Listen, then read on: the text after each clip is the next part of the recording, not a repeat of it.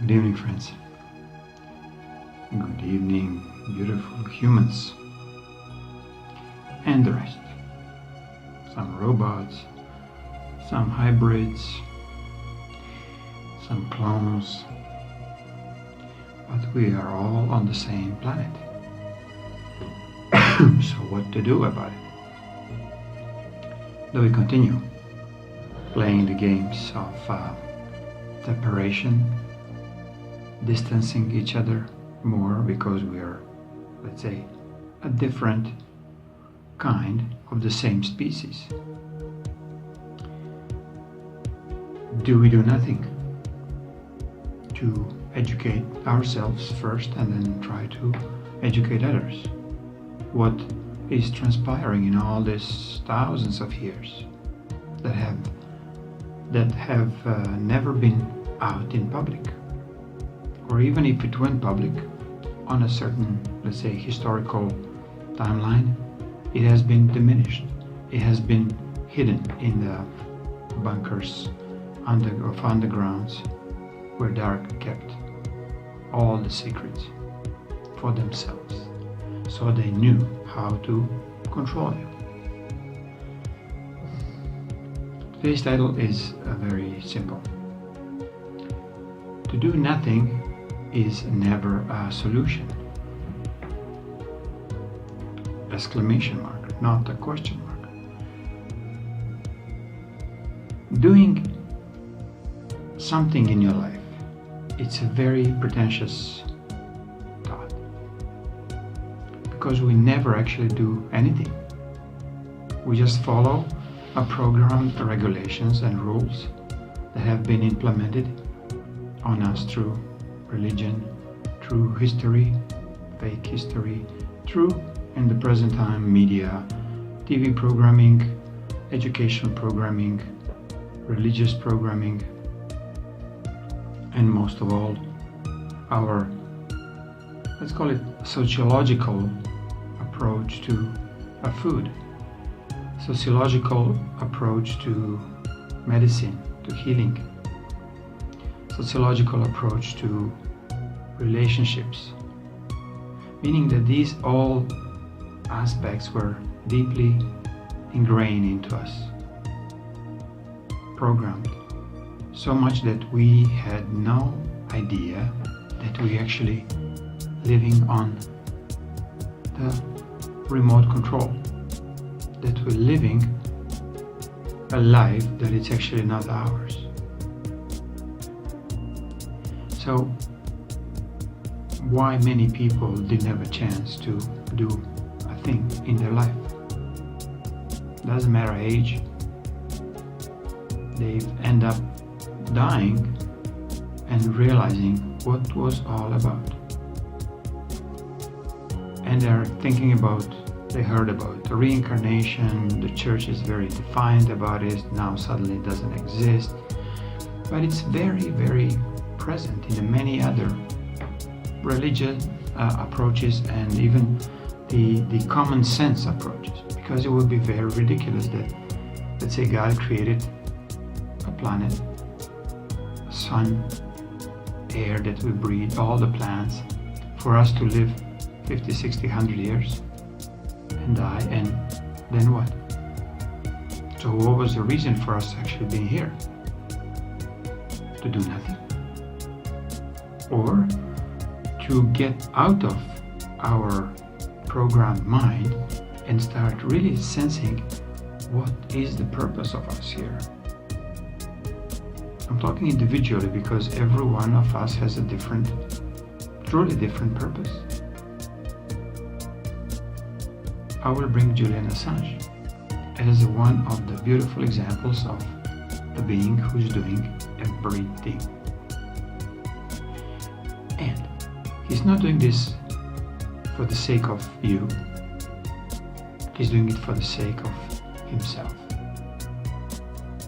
But it's up to you to see that somebody brave like him, somebody courageous like Julian, somebody very non-judgmental in bringing terrifying information for the dark side that will do such a damage to their obscurity and lies that will be like laughable down the road. How come we did not see this before?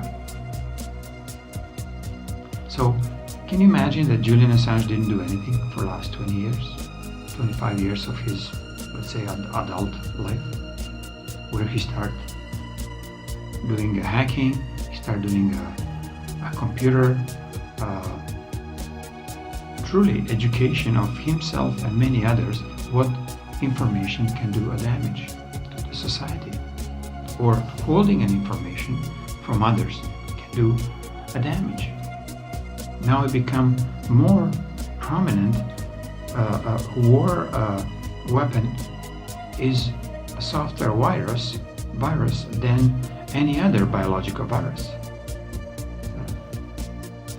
You will be shut down, or we could be shut down in all our aspects of life, almost all, if suddenly software virus wipes out all our communications, telephony, electrical grids, and so on. Not that I'm calling that it's going to happen, but I'm saying we have to consider that these are very, very physical weapons, even if they're just lines of codes in the software, in the programs. Again, type of the programming that we try to implement on each other, software programming. It could definitely be used for a benefit, but when you see what CIA was doing, when you see all this dark banking entities were doing, they didn't do for the benefit of humanity. They just did for the benefit of themselves.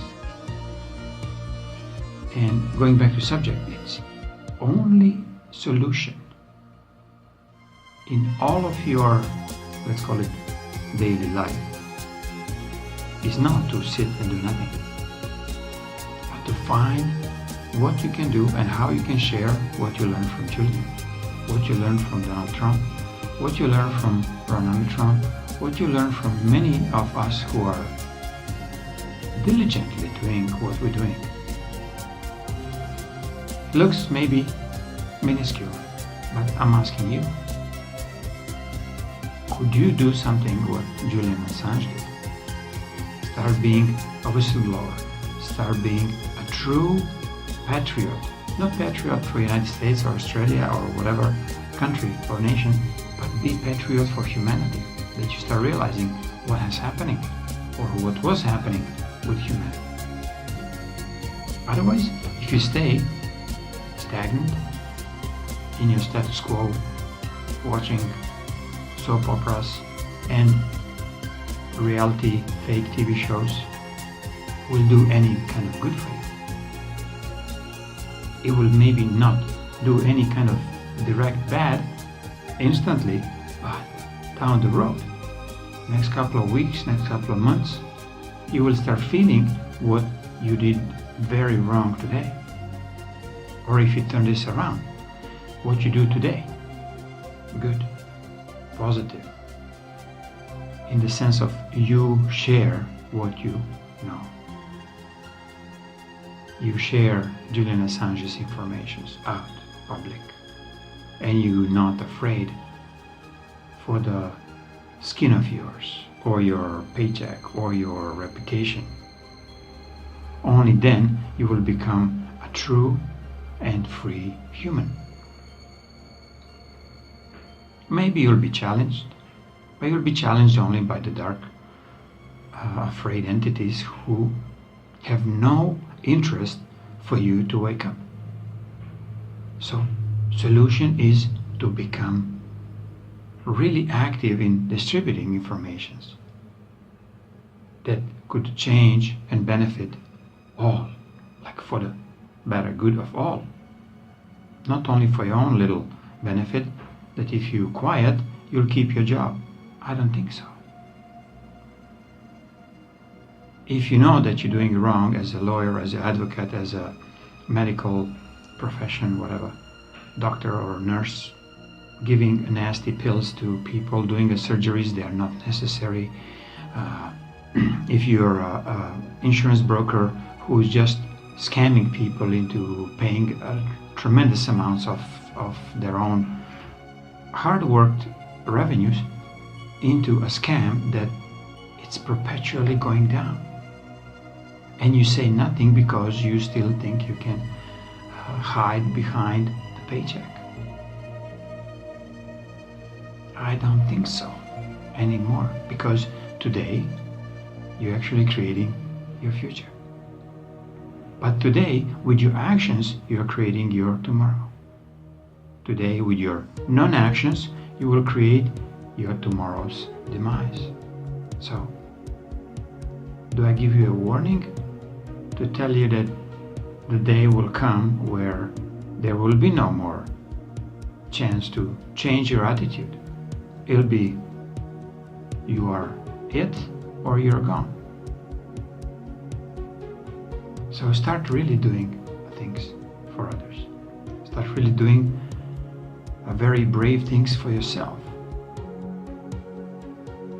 Start recognizing what is moral and what is not moral.